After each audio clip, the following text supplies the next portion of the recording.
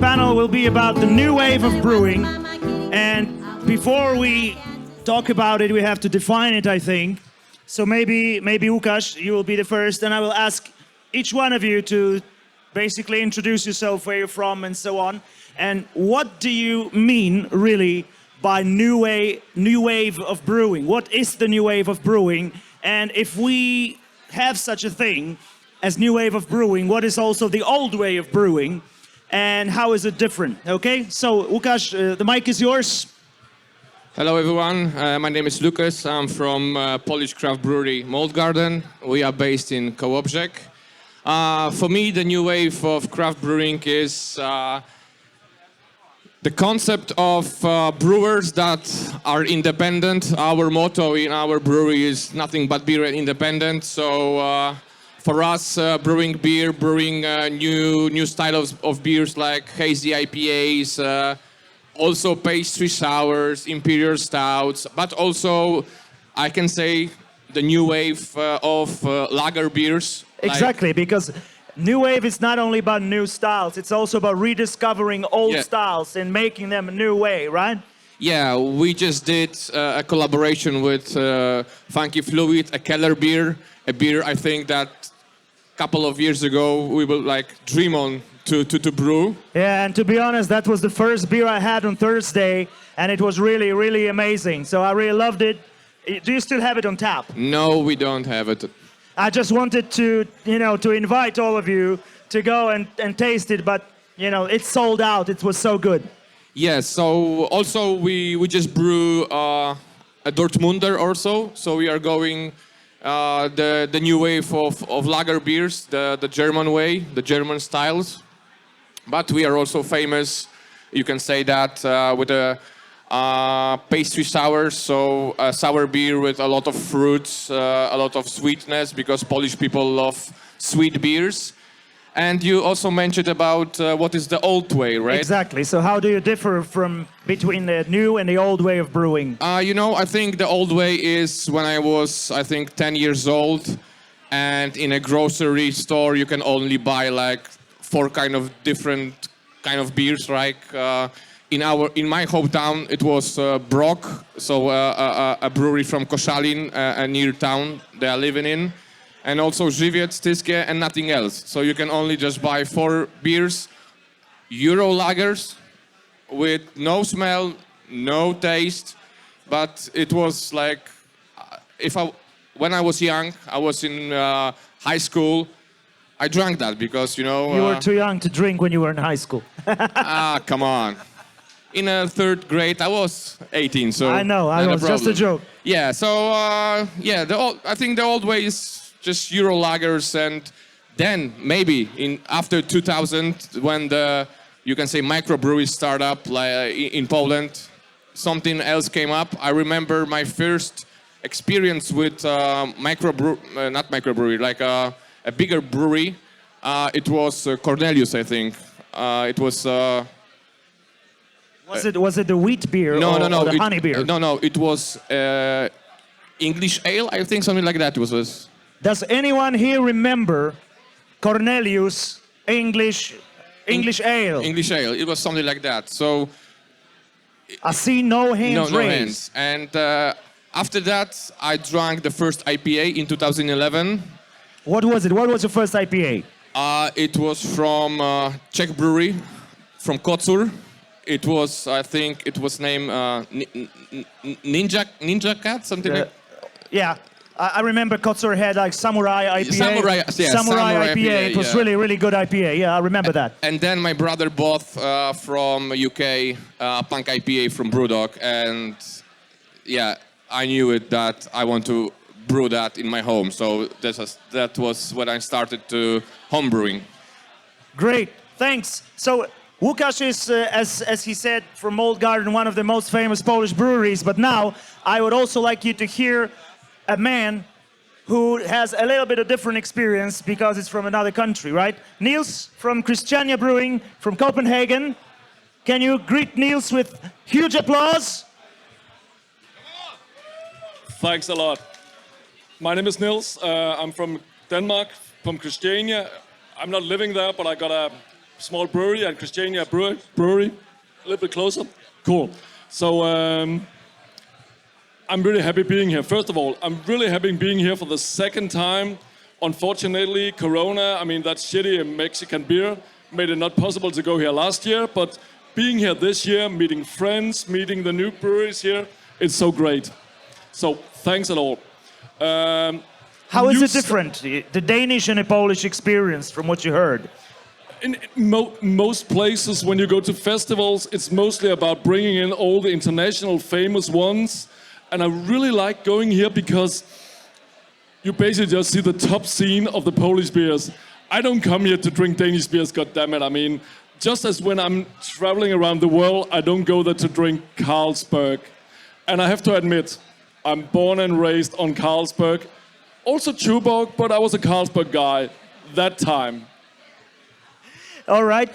Can you see any differences between Danish craft beer scene right now, the new wave of Danish craft brewing versus the Polish new wave of craft brewing, which you can taste here? What are the main differences between the Polish and the Danish way? For example, I know that in Poland we also brew styles which in Denmark are totally anonymous. They're unknown, like grodziskie. I don't think you have it there. Do you have like your own styles in Denmark that we don't have? Is there anything that is more or less popular than here? Can you tell us? That's a good question. I mean, yes, what's called grodziskie. Sorry, my Polish is shitty. Anyway, the smoked lager style, I guess. No, we don't have it. But we have a mix of a pilsner that's a little bit darker. So yes, we have a lot of people asking for that one. That was Tuborg bringing that in. Thank you very much. And no, we don't brew it. but no, I don't see that much of a different, to be honest. I mean, yes, we still have people liking those lactose milkshake thing. Yes, you can hear it. I don't like it. I don't like it at all. And we still have people liking it in Denmark. We still have breweries doing it, microbreweries. I'm just hoping it should die. Why don't you like the, like you said, milkshake beers? Come again? Why don't you like the milkshake beers, like you said?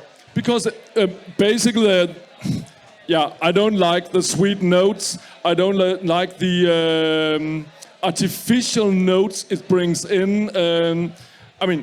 I drink Coca-Cola. I don't drink Coca-Cola Zero because of those really artificial taste you get in there. It is a personal thing. I just don't like it. I hope it dies. All right, so why do you think those kind of beers are so popular, and what is the secret of their market success? Because there is a huge market success of such beers. Łukasz will tell you that it is a huge market success. I mean, I understand that, and we're doing the same. Where I come from, people mostly there's a huge sale of IPAs, whereas the stout, what we like to do, the stouts, really the imperial that you have here, RIS, as you call them, there's a shitload of those. They're really nice. I like them, but they're not selling that much. Whereas IPAs and slightly bitter ones, also the juicy ones, are selling. So it's not all about what's selling, it's also about what you prefer, in fact, to do, what would you like to do. So yes, there's a market. Of course, there's also a market for hard seltzer. That doesn't mean I have to do hard seltzer. All right, basically, I just don't like it, okay? So I don't want to do stuff I don't like to do. I like to drink my own beers. You might not like it, but I like it, and that's the reason I do it. All right, so in fact, you mentioned one very interesting thing, which is the hard seltzer. We don't really have them in Poland because also of legal constraints. Is it possible, is it illegal to make a hard seltzer in Denmark? Is it easy to make? And do Danish breweries make hard seltzers in Denmark? That's got to be a big yes. I mean, everybody, a good friend of mine in the US who was helping me on some of our marketing stuff, he was like 4 years ago, hey, we should make some of those pretty brand clear cans. We should put hard seltzer in it because it's killing over here. And obviously I didn't do that. So yes, it's very easy. And it's not going to be, I heard it's going to be another class over here. So like another class of drinks, which makes it difficult. I think you should be happy about that. So you don't have all those craft beer breweries trying to do a selling, trying to do a killing on that crap. Sorry. But we see it in Denmark, unfortunately. Both the bigger commercial ones that are going to the supermarkets, but we also see some of the very nice craft beer breweries trying to do it. And I think it's sad. All right, thank you, Niels. Thank you, Niels. So, Michał, the mic is yours now. What is your opinion on the new wave of craft brewing in Poland, also international? And I would also like to ask about the hard seltzer thing. What is your stance on that? And a funny question, Michał, as a brewer, if it was easy and feasible to produce hard seltzers in Poland, would you produce one? Привет, народ. Yes, we've got like 3 questions that you've asked me at the same time. Okay, so the first one, what's my opinion about the new wave? The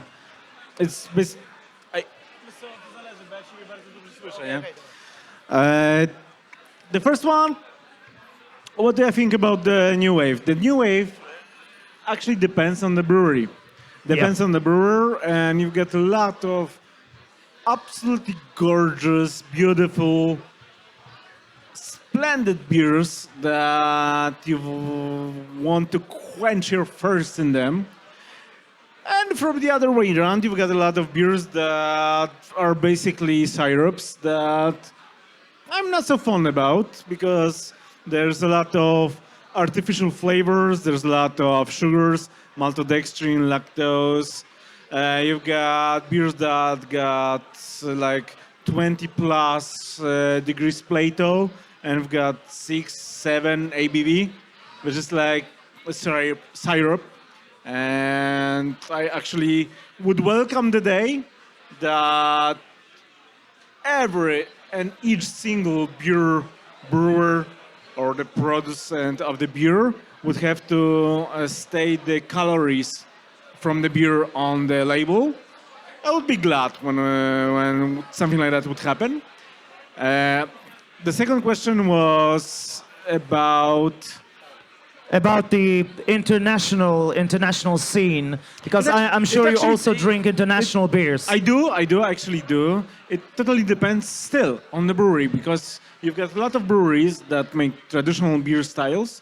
For instance, you've got a lot of Belgian brewers here on this. We'll get to that in a moment. Yeah. So you've got a lot of traditional Belgian beer styles that are not so renowned in Poland because, of many things that came to be in past.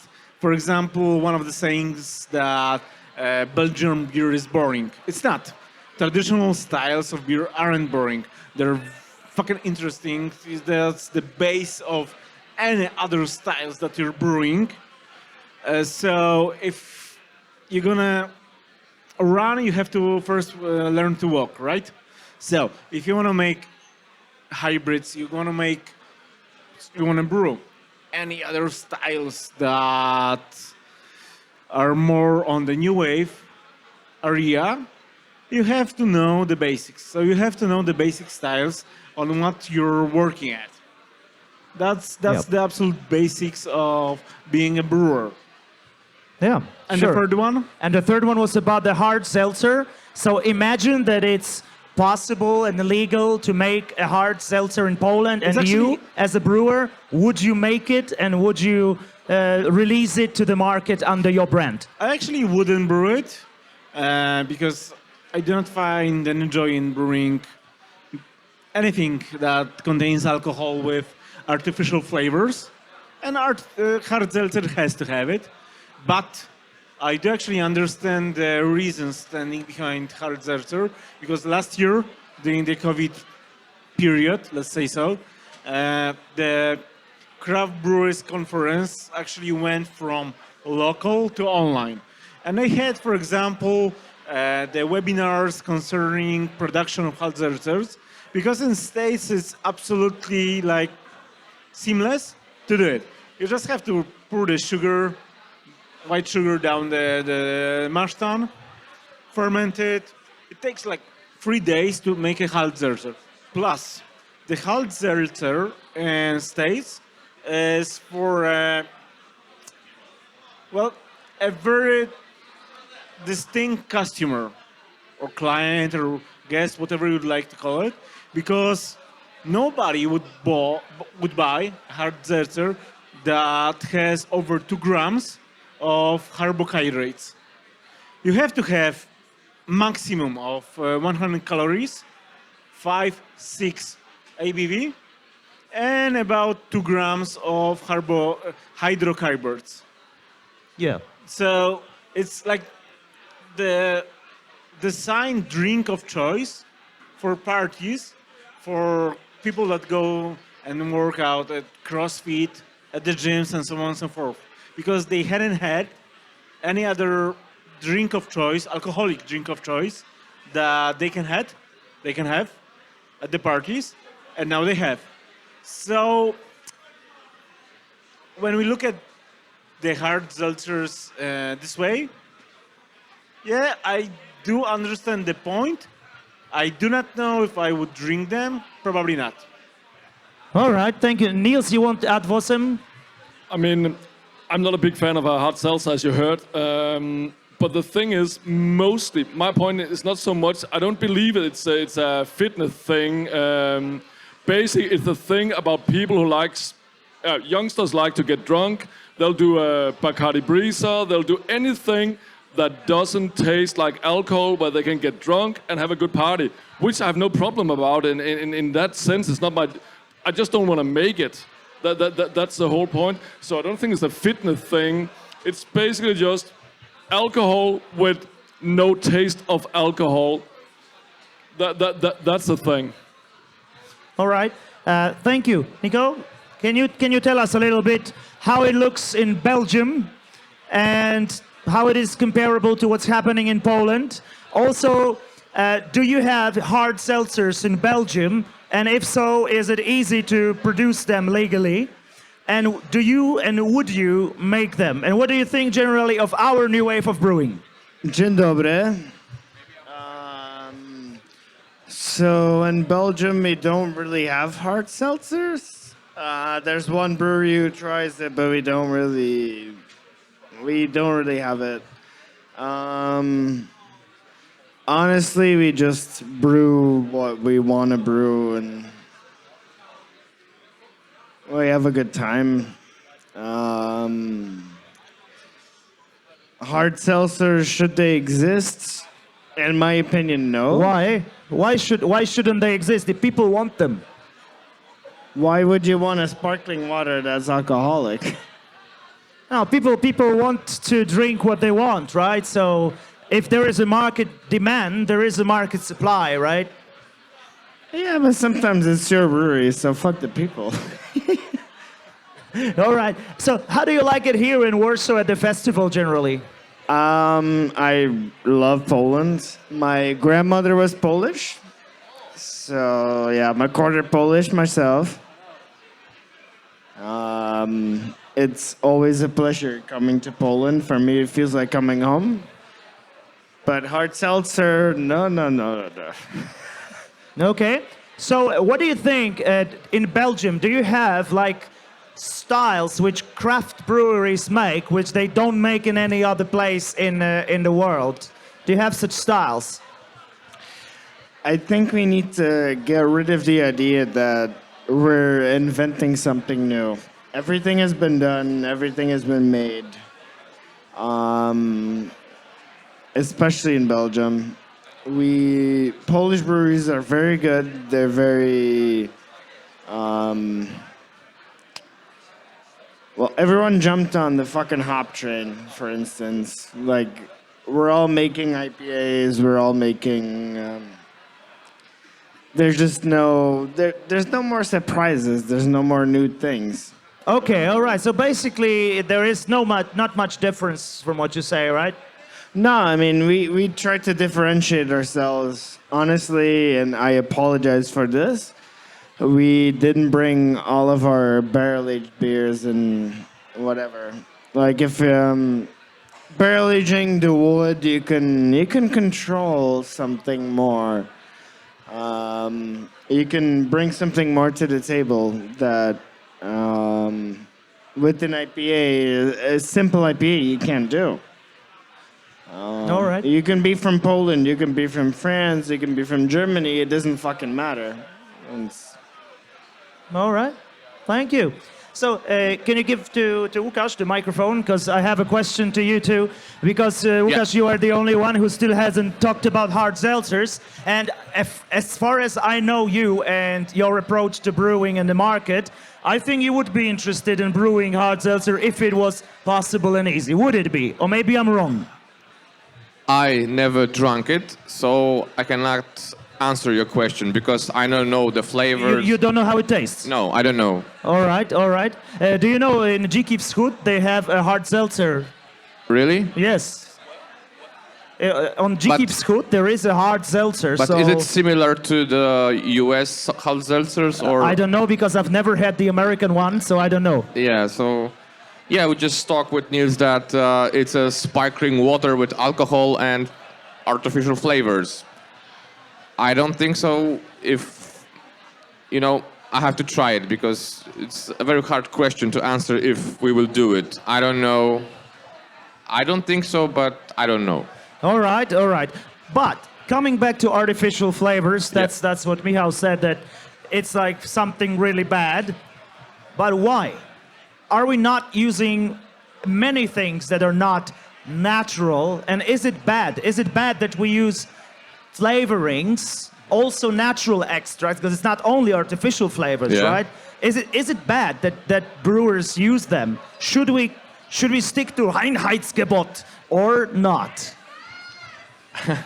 We've been to Berlin in Fürst like 4 weeks ago, and we wanted to do a sour beer with fruits, and Łukasz, the owner, said that we wouldn't do that because it takes like 3 or 4 months of paperwork to do this beer. So we did an IPA because they have a paper that they change at the government place. So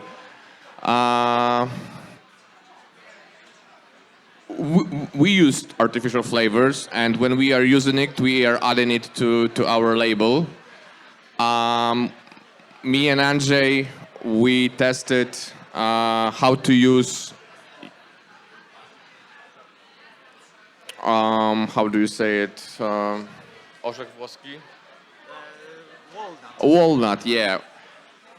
It wasn't good. So what you're saying is that if you want to make a walnut beer, and if you add the real walnut, it makes no sense.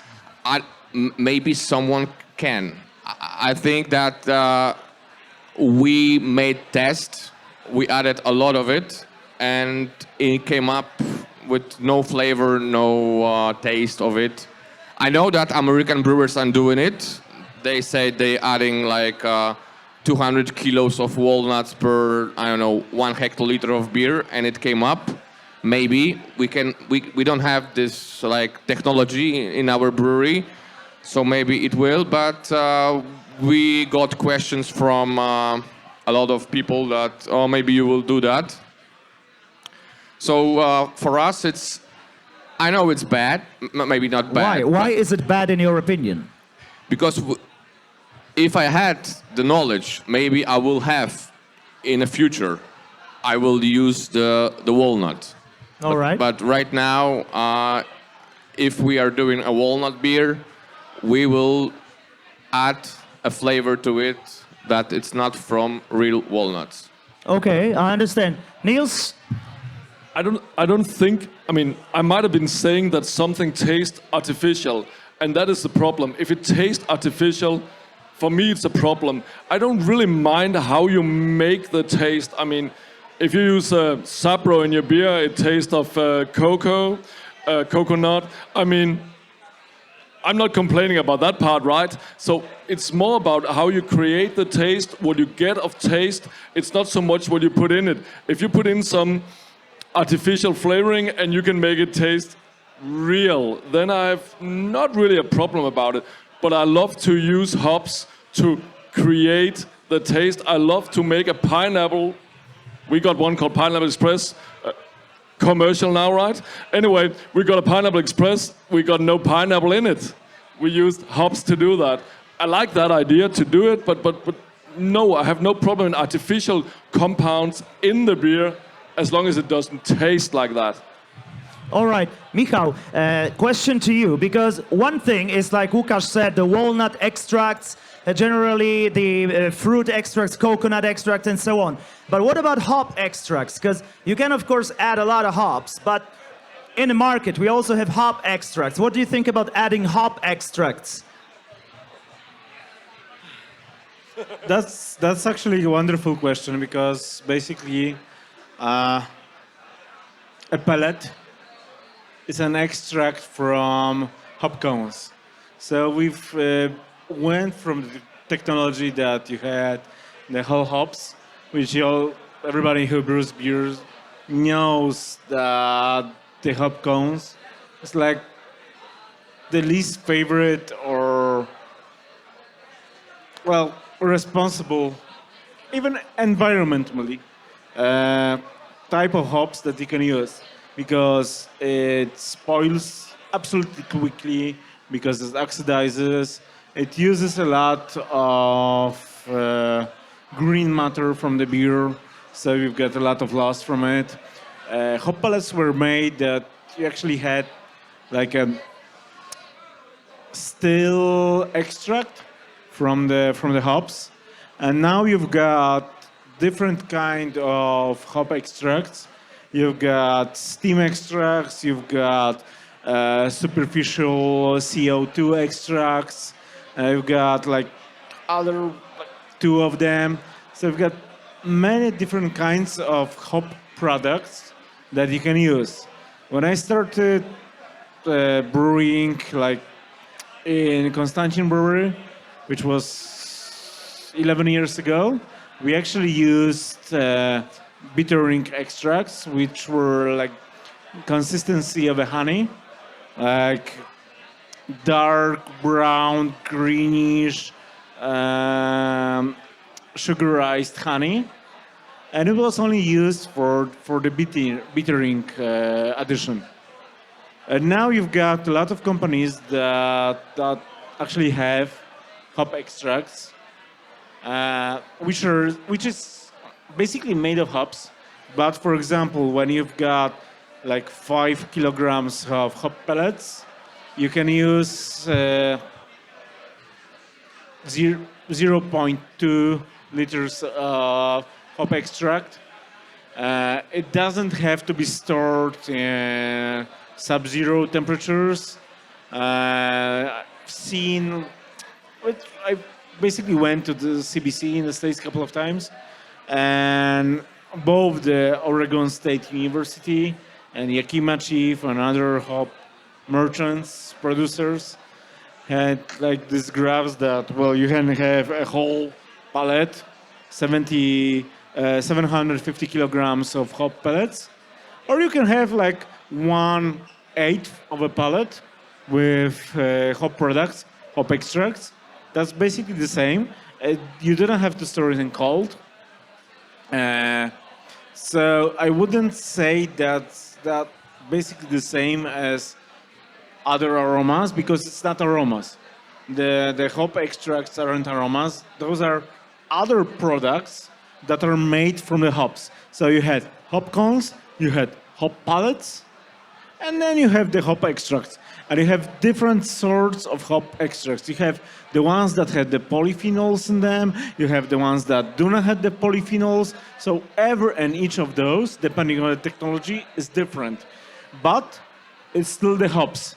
It's not that you use something other to mitigate the hops in the beer, but if you have, for example, a cheesecake aroma, well, you do not put the cheesecake in the beer. You don't have, you have to use the flavoring, and that's not a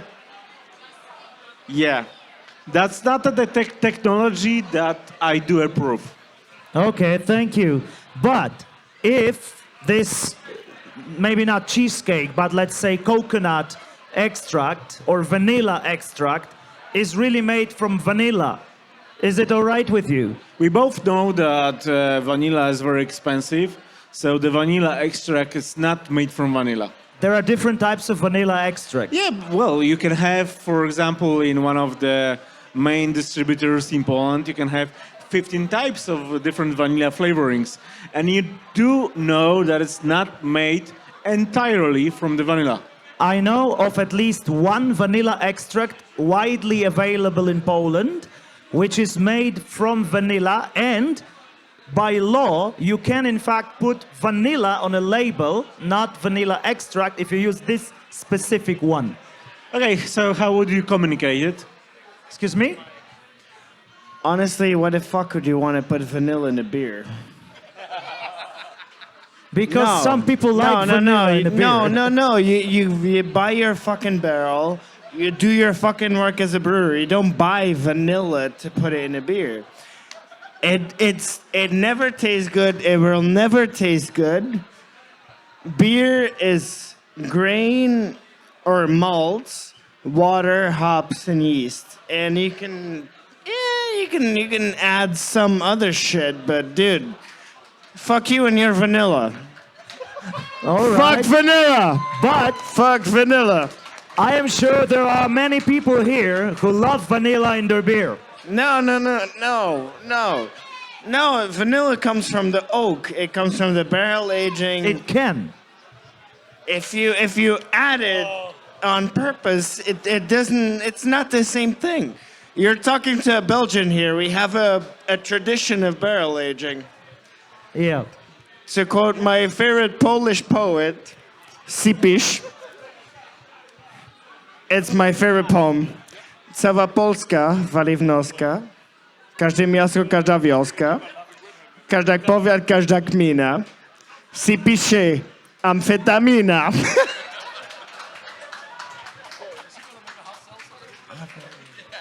All right. Thank you for your insight. Łukasz has a question, I think, about the hop extracts, yes? No. And then Niels, yeah? Guys. Okay, Łukasz, you ask your question first. Guys, I have a question for you. What about, you know that American brewers are also using GMO modified yeast right now? So what do you think about that? If this will come to Europe or Poland, if the brewers will use it? So like anything else that's getting modified over time, I guess that's my answer. We only use our house yeast, which is ours, and we reuse it every time, and I didn't even know it existed, honestly. Sorry. You guys use modified yeast? Oh. So we don't really have it, but what Łukasz means is that American brewers in America, they use genetically modified yeast. Yeah, we don't use it. We have our own house blend, which is if you want to buy it to homebrew, it's London Fog from Escarpment Labs. So basically with genetically modified yeast, the main idea is that if you're too fucking dumb or stupid or do not know how to use your workshop, you can have a yeast strain that will do the work for you. So that's the main idea standing behind the modified yeast. Just to clarify, I mean, a lot of stuff is getting modified. I don't see the modification as being any issue in that sense, just as the nature is doing that kind of modification anyway. So, and I don't know if any of the strains that we're using commercially is modified, and I don't really see it as an issue. Nothing I should delve into, to be honest. That's my opinion. All right.